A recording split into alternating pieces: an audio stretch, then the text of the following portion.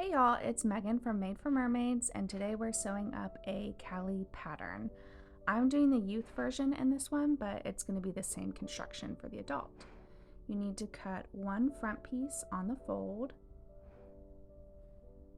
You also need to cut two back pieces, mirror images, and then the adult version, if you're doing the shelf bra, you'll need those pieces as well. And then you need two strap binding pieces, also mirror images. There's a front and a back marked on the pattern, so what I like to do is put a clip in the back so it doesn't get mixed up. And you are going to want to prep your binding. To do so, we're going to press it like you're making a bias tape. So you're going to press it in half and then press each edge toward the center crease and then fold it in half again to enclose the edges. I like to use some best press or some starch so those creases stay in place. The next step is going to be to sew the two back pieces together at the center back, and the center back is where the notches are. So you're going to sew the back pieces together with a 1/2 inch seam allowance. If you're doing the shelf bra, then you will also sew the shelf bra back pieces together as well. Next, you're going to take your front and back pieces and put them right sides together, aligning the bottom hem and all the way up to the arm side. And you're going to stitch them together at the sides, creating the side seams with 1/2 inch seam allowances. Again, if you're doing the shelf bra, then you would repeat this step with your shelf bra pieces. Then, if you're doing the shelf bra, you will add your elastic at the bottom of the shelf bra or your enclosed elastic band. It has both options. And then you would stitch the shelf bra to the main pieces by just putting them together, wrong sides together, and basting them along the neckline and arm size. And then you'll just treat that as one piece.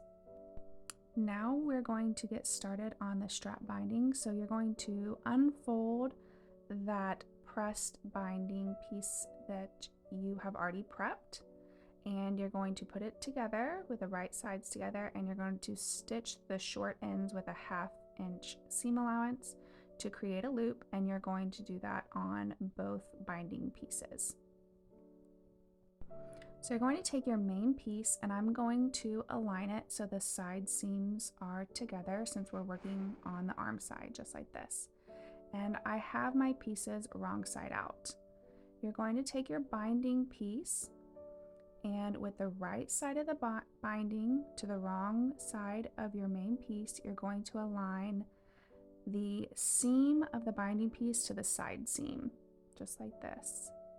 And then you're going to take your back notch and you're going to align it to the top of the back bodice, just like this, and you'll pin it. Then you're going to align the other notch to the front bodice, just like this,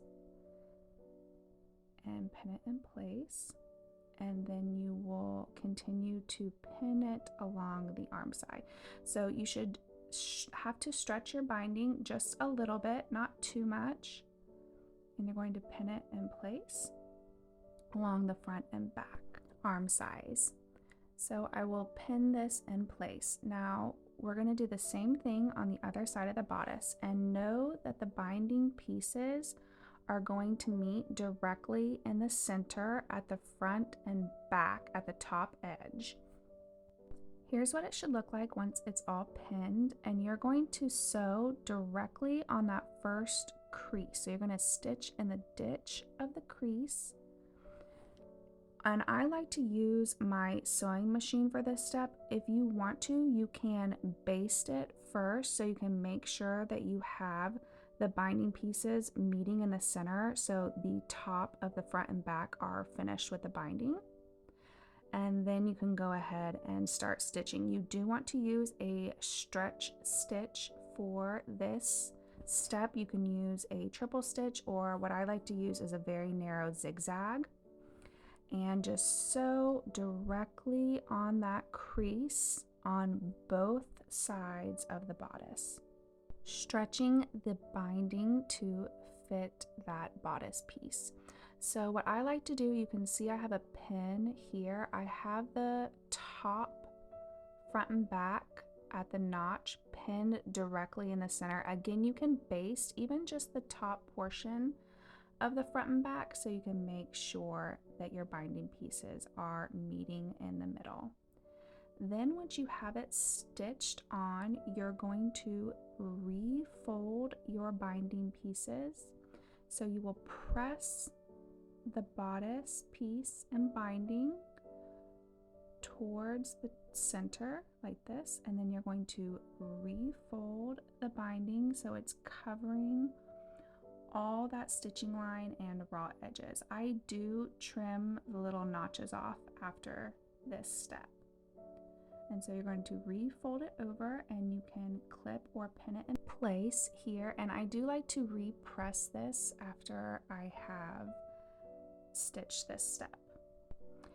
So after I have it all pinned in place, or at least folded, I'm going to attach the binding on the other side the exact same way, using the stretch stitch and stretching the binding in place, making sure that the binding pieces are matching in the center, front, and back. Then you're going to refold that other side and pin it in place, just like this. Then you can go ahead and cross the front and back straps over each other, so one over the other, and you can start stitching your binding in place. You can use a cover stitch for this step, or you can use a stretch stitch or long straight stitch on your sewing machine. And you're going to, when you get to the center, front, and back, you just need to make sure that your bodice pieces and your straps are nice and straight.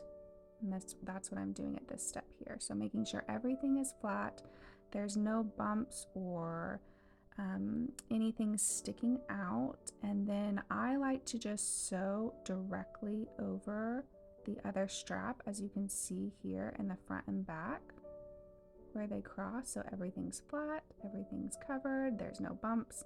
And then I'm going to sew directly on top that other strap and continuing to sew the binding that makes up the portion that goes around your neck. We're going to do this on both sides, and again making sure that portion that is crossed over is nice and straight as we're stitching.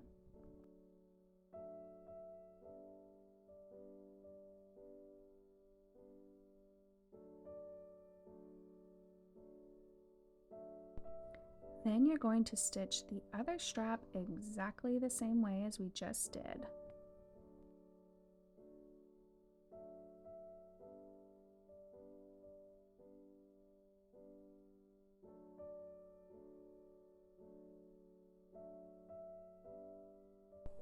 Then once you have both straps sewn, you can take it to your iron and give it a nice press.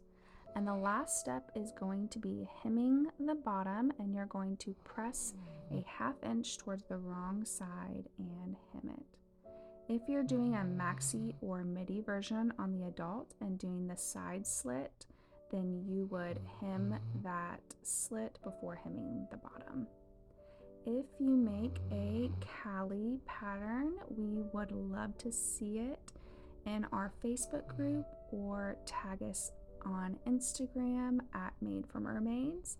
And as always, if you have any questions, you can leave them down below and I will try to answer them. Thanks so much. Bye.